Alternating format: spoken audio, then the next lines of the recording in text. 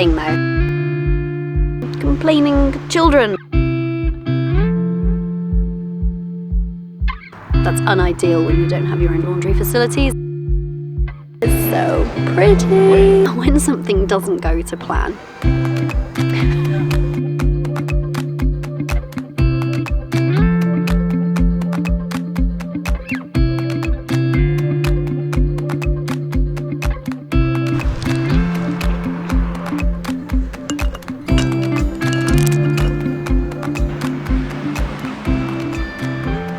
Good morning, my love. Should I say benvenuti in Italia?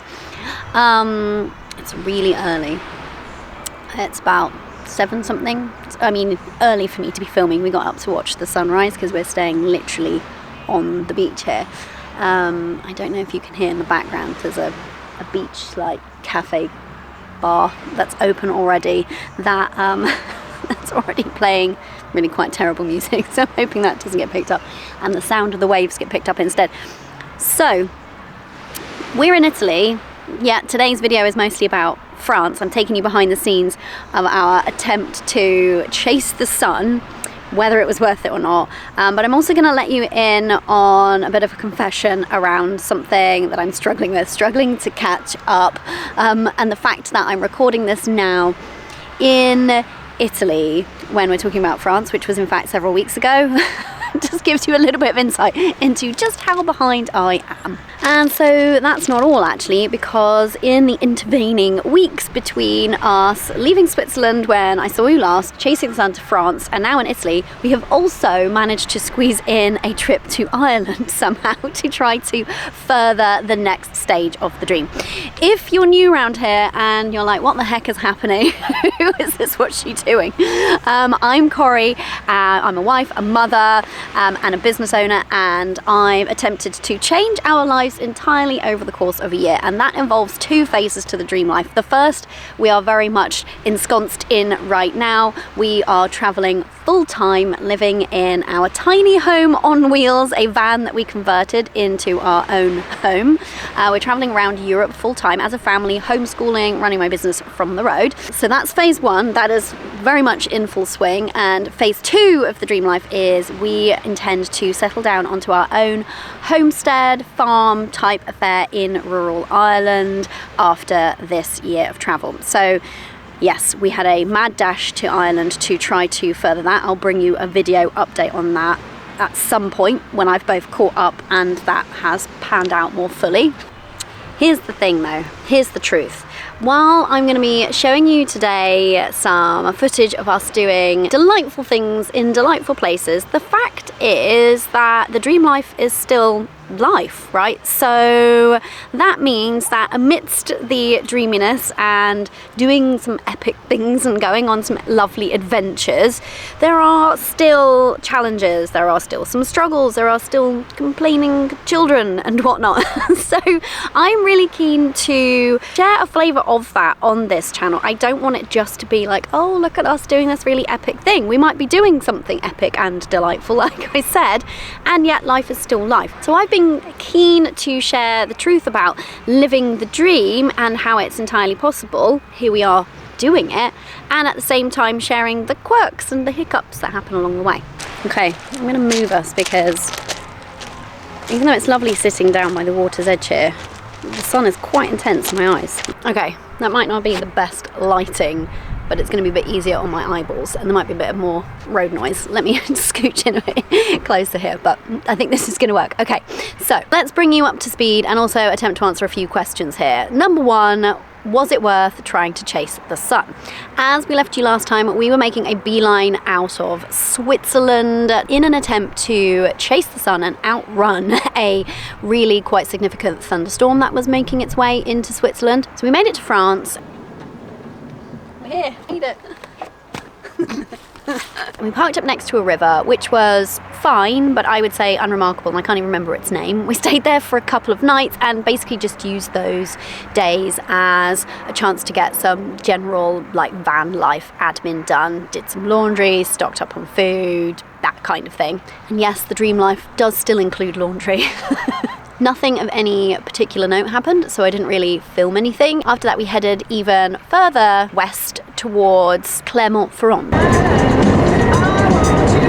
The reason we chose this place was it's a city. There's a bit more things to do for my husband and my daughter because I had a couple of days of calls and work to do, so they could amuse themselves. So we parked up somewhere pretty unidyllic. It was essentially just a car park, but it actually served our purposes very well because it was right next to the tram line and they could get the tram into the centre, bimble about the historic parts of the city. They also went to a swimming pool one day and things like that, and then in the evening I was able to get the tram in myself and meet them for dinner, and we had like delightful meals out in the square, just that proper French experience. So really enjoyed that, but again, because I was working, I wasn't really filming, so not much to report there. Okay, we've moved again. I'm really fighting the sun today. This is an unideal filming location and I'm just gonna have to persevere because, like I said, I'm really behind. Got a little bit of noise from the road, got the annoying music from that cafe bar behind us, and I'm not sure how much of it's gonna be picked up, and I guess I won't find out until I'm editing this, but let's just soldier on, shall we? See, the dream life, I mean, it's a dreamy situation. We're parked literally on a beach, and yet there are challenges, so, you know, just kind of like case in point about what I'm talking about. Okay, where were we? Clermont-Ferrand. So even though it was a nice few days that we spent there, we still weren't really basking in any sunshine and really enjoying it, so it hadn't been worth going all of that way just yet. So we decided to start heading back east again, actually, but first we stopped at a place called Puy-de-Dôme, which is an old dormant volcano just outside of Clermont-Ferrand that you can hike. Good morning. So, today we are gonna go climb up a small volcano. So we are just, is this north of Clermont-Ferrand? West of Clermont-Ferrand at Le Puy-de-Dôme. That's what we're doing. You're gonna come with us. So, Caveman being Caveman isn't hiking up. What are you gonna do instead, sweet? Run up, obviously. Run up, obviously. Bye. Bye. Off he goes. Into the abyss.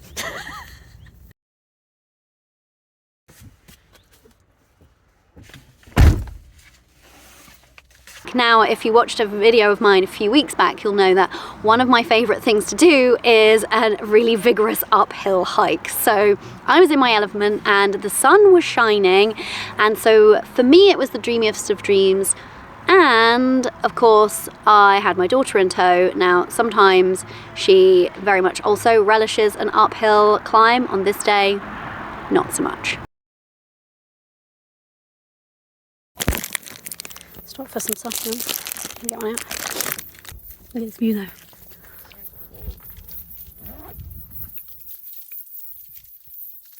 Pretty epic, right? Excuse my mouth. I've just realised in all of this moving around, I've spilt tea on a brand new, I say brand new, I've worn it a few times on this trip, but brand new jumper. That's unideal when you don't have your own laundry facilities and you have a minimalist wardrobe. So yeah, she wasn't particularly impressed at the hike. It was a lot longer and a lot hotter than she'd been expecting. So I'll be honest, there was quite a lot of complaining and I felt like I was dragging her up this volcano. However, I did distract her with investment chat. Yes, you heard me right, investment chat. So we're homeschooling on the road, and that doesn't always look like sitting behind a desk, not that we have a desk, sitting at any kind of table and writing and doing things like that.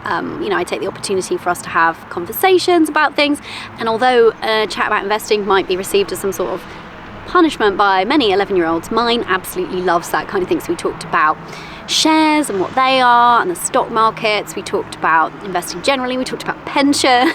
So that's what we did in this uphill hike.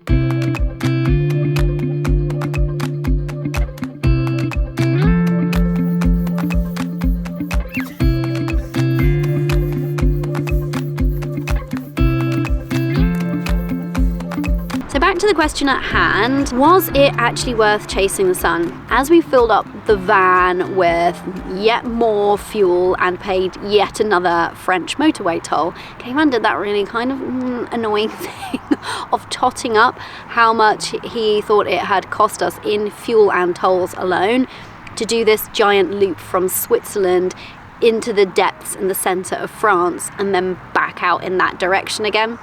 And he thinks it was about Oops, I lost that footage. It was about 400 euros. Largely, no, it wasn't worth it. Even though we'd enjoyed the things that we'd done, we hadn't done anything really remarkable other than climbing the volcano.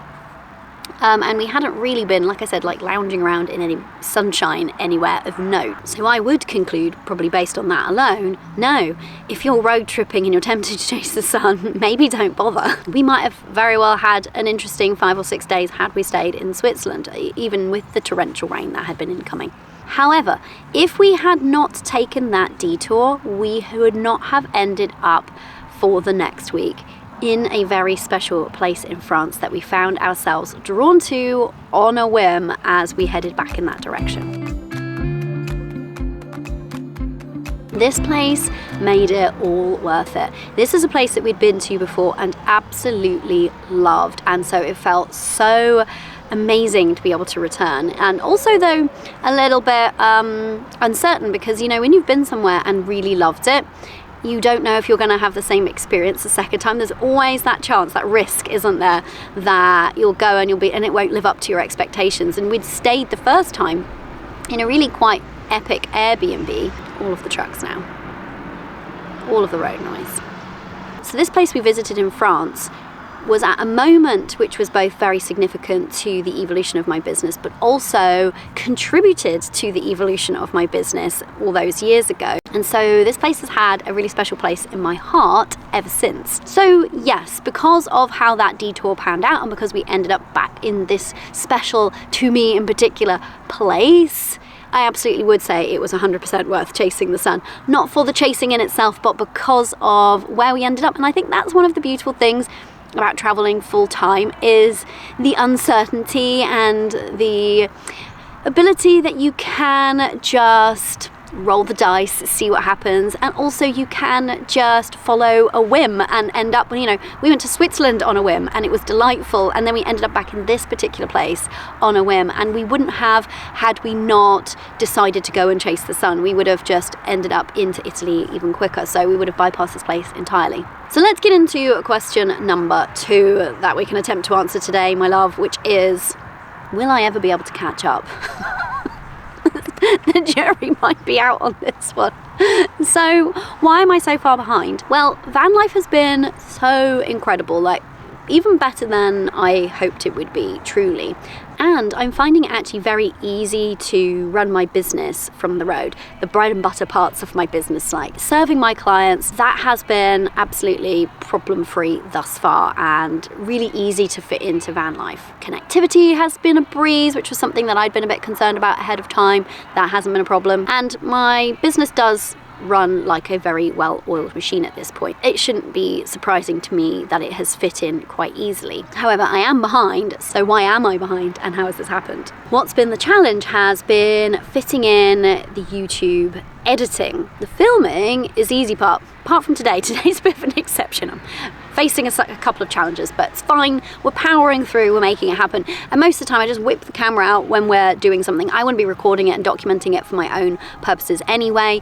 So that part is actually quite easeful. Finding the time to sit down and actually edit has been challenging. And on top of that, I've been having a bit of a struggle conceptually with how I'm editing and how I want to edit. And I might share more about that in maybe next week's video. And look, I am totally within my rights to throw my hands up in the air and say, do you know what? It's too much effort trying to figure this out. Let me just knock this on the head, not bother with the YouTube channel, right? I could do that. I don't want to, though. I absolutely love this. I love this growing little community that we have here. I love the creativity of filming and editing. No part of me wants to let that go. So I'm going to have to find a way to make this work, but I haven't fully found one yet. And I just want to be honest about that. One of the aspects that's been making it difficult is that we don't yet have a proper rhythm or routine to our weeks and how they shape up. And I am the type of woman who really thrives with routine and rhythm. We've found it in the day-to-day in terms of like, you know, I've got my mindset routine. That was such a priority early on in van life. That's locked and loaded. That's not going anywhere. And we have a routine around my Wednesdays and Thursdays and a rhythm there because those are the days that I am on my client calls and really focusing on that.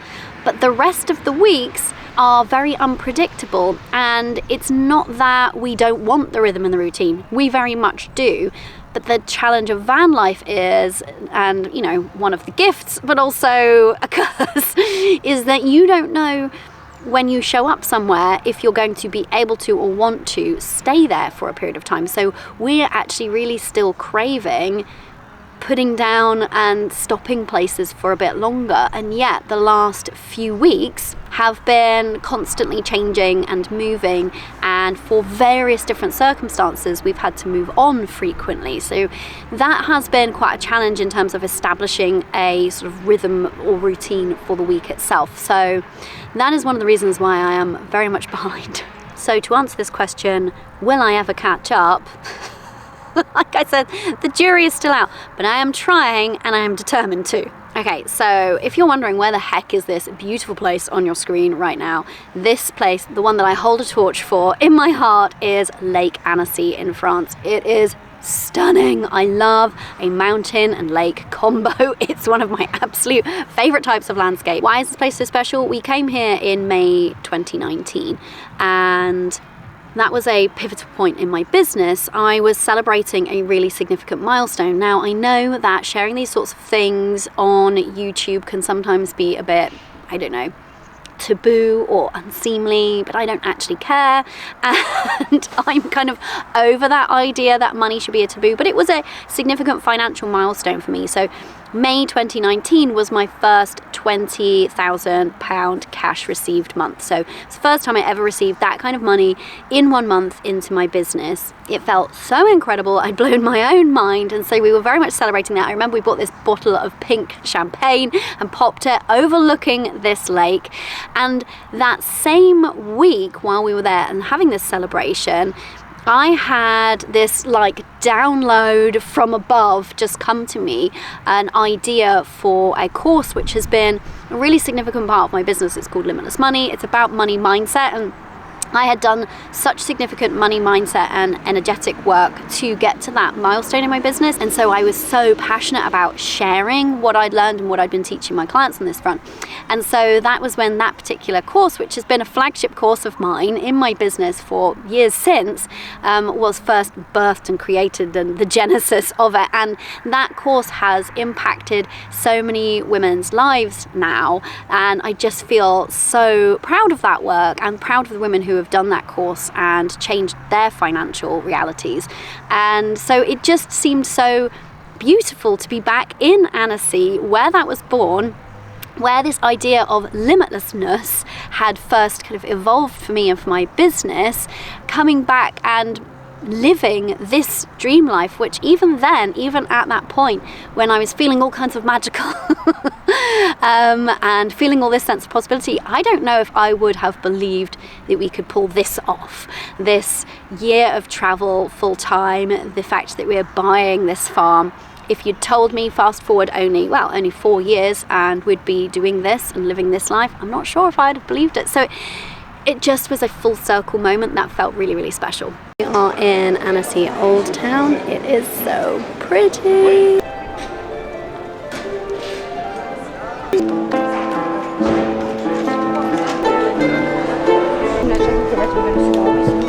We spent a full week in Annecy, which was just, so good. So good for the soul. We just loved our time there. We had a great park up next to this open field where paragliders would sometimes land. It's a really great place for paragliding.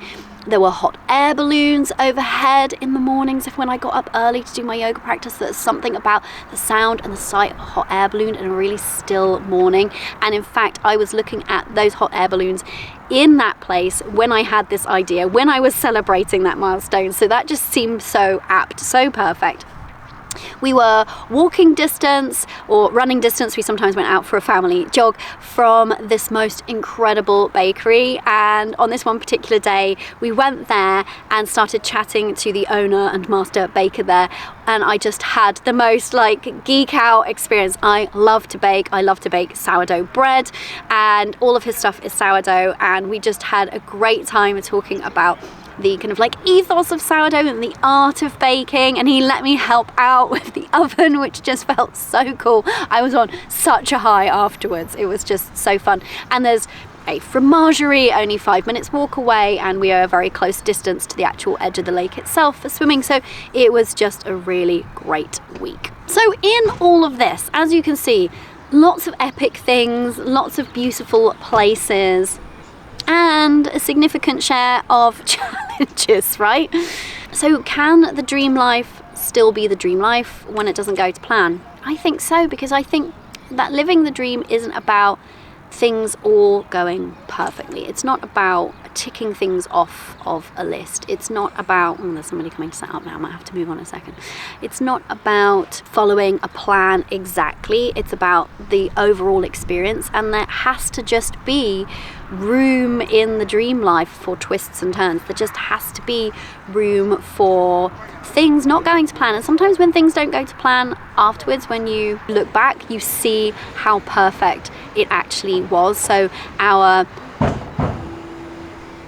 okay, great. There's now something else challenging in the background. I don't know if you can hear that. They're cleaning something next to me and using power tools. Awesome. When something doesn't go to plan, like this. Isn't that ironic? When something doesn't go to plan, like when we were attempting to chase the sun and it wasn't really worth it, you don't know what's on the other side of that, right? We wouldn't have ended up in Lake Annecy and just had the most exquisite week there had we not taken that detour. Okay, now I'm going to take the hint here, wrap this up, because they're now starting to seemingly disassemble this shed that I'm sitting right next to. Until next time, my love, go and live your dream life, despite the lighting challenges, despite the terrible music in the cafe, and despite the people turning up and using power tools next to you. Whatever the things that are showing up in your reality, go live your dream life. Bye for now.